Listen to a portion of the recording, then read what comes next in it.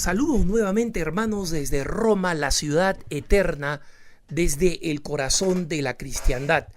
Es un gusto estar con ustedes una vez más en este programa Punto de Vista, y me encuentro aquí en Roma gracias a un evento muy importante que hace poco he tenido la oportunidad de comentar y quiero seguir comentando.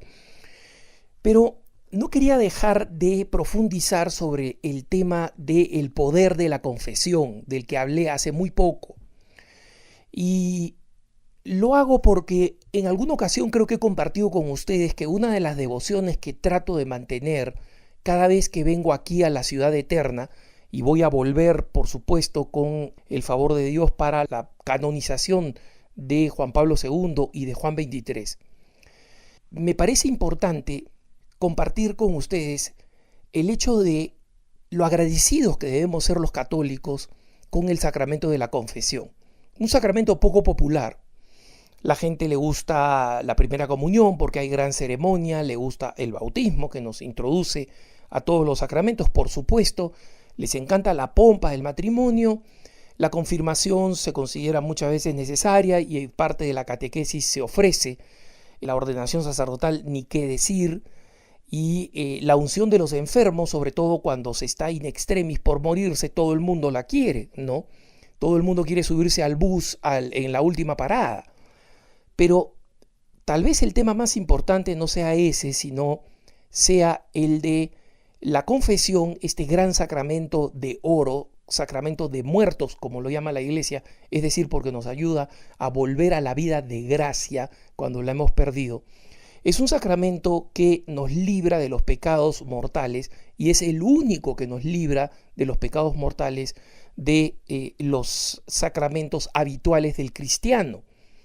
Lo digo porque el bautismo, quien es bautizado por primera vez, es borrado de todos los pecados, no solamente de las consecuencias, digamos, borrado del pecado, de la herencia del pecado original, sino que quienes se bautizan de adultos, quienes son recibidos en la iglesia de adultos, lo hacen precisamente recibiendo el perdón del pecado original y de todos los pecados que han cometido, ¿no? Pero para los que somos católicos, ya tenemos mucho tiempo de bautizados, el camino habitual del perdón de los pecados es el sacramento de la confesión.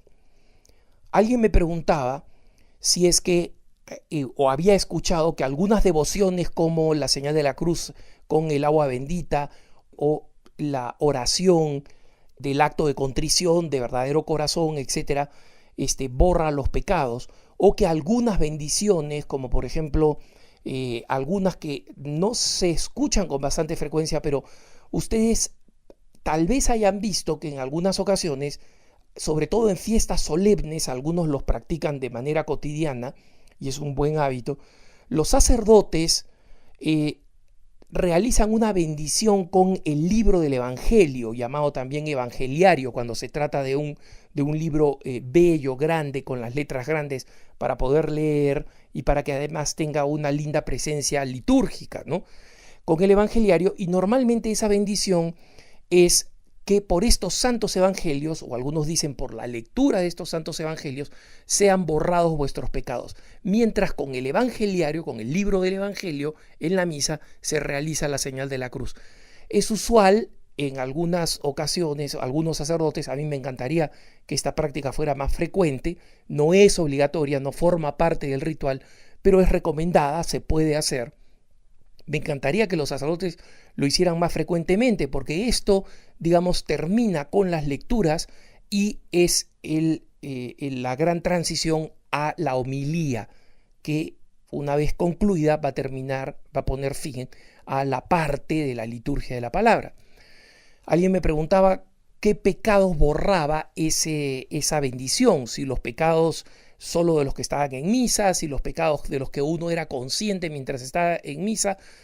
Esta bendición, como cualquier otro sacramental, ojo, no sacramento, sino sacramental, borra los pecados veniales, no los mortales. El único sacramento es el sacramento de la confesión, el que habitualmente para el cristiano borra los pecados mortales, el único que habitualmente borra los pecados mortales. Viene al caso ahora que estoy en estos días en Roma, en el centro de la cristiandad, en el corazón del catolicismo, en el corazón palpitante de nuestra fe aquí en Roma, en el Vaticano, porque yo trato de recibir el sacramento de la confesión y trato de hacer una confesión de vida o de todo el año o de toda mi vida de consagrado, profeso en mi comunidad del Sodalicio de Vida Cristiana. Trato de hacerlo en los numerosos confesionarios que atienden en varios idiomas en la Basílica de San Pedro, en un lugar tan emblemático. Y confieso, como alguna vez he contado, pecados que ya he confesado en otras ocasiones, pero que probablemente confesé de joven sin la conciencia de su gravedad. Los confesé sabiendo que era pecado, pero sin la conciencia de la gravedad, y el incremento de la conciencia y del arrepentimiento incrementan la gracia reparadora que se derrama en mi corazón. De ahí esta costumbre. No es obligación, la iglesia no lo exige, ni mucho menos. Pero es un acto piadoso, ¿no? Y lo hago contento porque saben ustedes, les consta cuánto necesito de sus oraciones y de toda ayuda que pueda tener para poder ser santo, que es a lo que anhelo, que es a lo que todos anhelamos, ser santos, como el Señor Dios es santo. Entonces, no hay que confundir los sacramentales con los sacramentos. Y aquí no quiero crearles un trabalenguas, pero voy a explicar cuál es la diferencia. Un sacramento, como explicaba la vez anterior, días atrás, poquitos días, cuando hablaba del sacramento de la confesión, funciona automáticamente y de manera real según aquello que dice.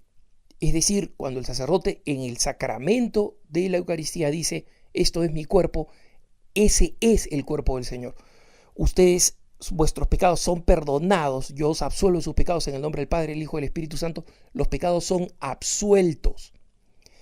La diferencia entre un sacramento, y nosotros conocemos, ¿no?, los 7 sacramentos de la Iglesia, y los sacramentales, que son devociones múltiples, de múltiples formas. Persignarse con el agua bendita es un sacramental, recibir la bendición con el Evangelio es un sacramental, recibir el incienso, por ejemplo, cuando somos incensados durante alguna fiesta solemne, es un sacramental.